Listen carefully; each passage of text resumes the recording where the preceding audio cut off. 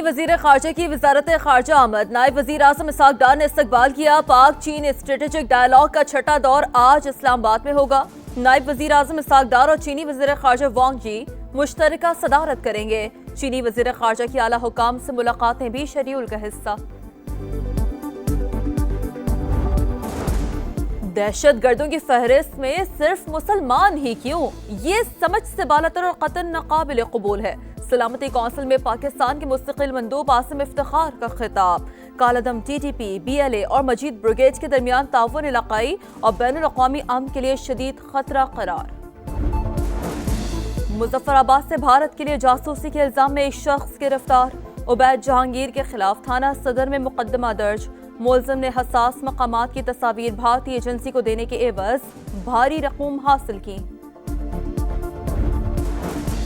Pakistan stock exchange نئی بلندیوں کی جانب گامزن. کاروبار شروع ہوتے ہی 100 انڈیکس میں زبردست تیزی. 1,51,000 پوائنٹس کی حد عبور. تحریک انصاف کا ضمنی الیکشن میں بھرپور حصہ لینے کا فیصلہ. سیاسی کمیٹی میں ضمنی الیکشن لڑنے یا نہ لڑنے پر ووٹنگ کرائی گئی. ارکان کی اکثریت نے ضمنی انتخاب میں حصہ لینے کے حق میں رائے دی. محمود اچکزئی کی قائد حزب اختلاف نامزدگی پر سیاسی کمیٹی فیصلہ نہ کر سکی. اکثریت پی ٹی آئی سے ہی اپوزیشن لیڈر نامزد کرنے کی خواہش مند. آج حتمی فیصلہ متوقع ہے. وزیر اعظم شہباز شریف کا مانسون بارشوں اور سیلابی صورتحال کے حوالے سے سیاسی قائدین سے رابطہ. بلاول بھٹو، خالد مقبول صدیقی اور حافظ نعیم سے گفتگو. وزیر اعظم کا کراچی میں بارش سے جانی نقصان پر اظہار افسوس. ہنگامی صورتحال سے نمٹنے کے لیے ہر قسم کے تعاون کی پیشکش. چیئرمین این ڈی ایم اے کو سندھ حکومت سے رابطے میں رہنے کی ہدایت.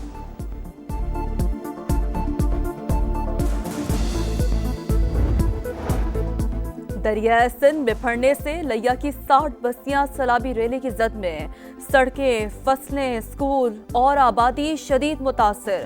امدادی سرگرمیاں جاری. تربیلا ڈیم بھی بھر گیا. ڈیم میں پانی کی سطح 1550 فٹ پر پہنچ گئی. ڈیم کے سپل وے آج 7ویں روز بھی کھلے رہیں گے. بنے میں سیلابی ریلے خوفناک داستان چھوڑ گئے. درہ میں سینکڑوں گھر صفحہ ہستی سے مٹ چکے. ملائیشیا میں موجود فرد کا خاندان سیلاب کی نظر. 36 افراد جان سے گئے. جو گھر سے باہر تھے صرف وہ بچ سکے. Karachi drug road, university road سمیت کئی مقامات پر بارش کا پانی جمع. شہر میں تعلیمی ادارے آج بھی بند. بجلی کا طویل بریک ڈاؤن. شہر کا بیشتر حصہ 36 گھنٹوں سے بجلی سے محروم.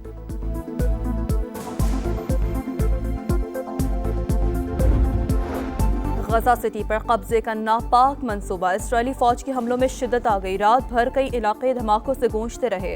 24 گھنٹوں میں 81 شہادتیں. امداد کے منتظر 30 افراد بھی شامل.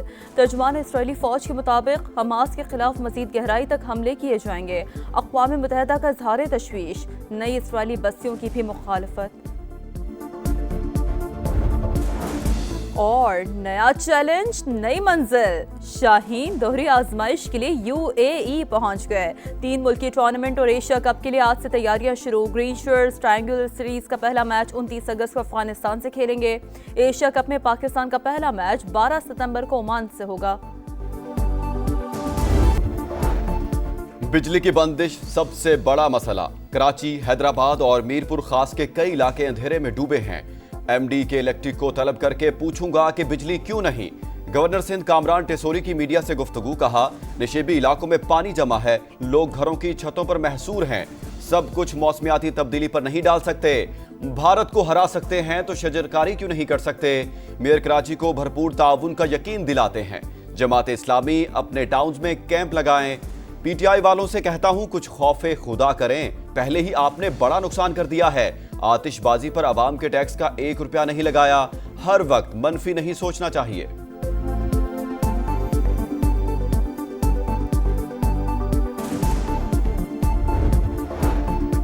185 ملی میٹر بارش ہوئی. پانی منٹوں میں نہیں نکلے گا.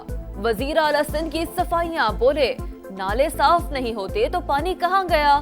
کراچی کے نالے صاف اور انتظامیہ سڑکوں پر تھی. وفاق سے مدد کی ضرورت ہوئی تو ضرور مانگیں گے. میئر کراچی کی پریس کانفرنس کے دوران موسلادھار بارش. شہریوں کو گھروں میں رہنے کا مشورہ دے دیا. بولے طوفانی بارش کے بعد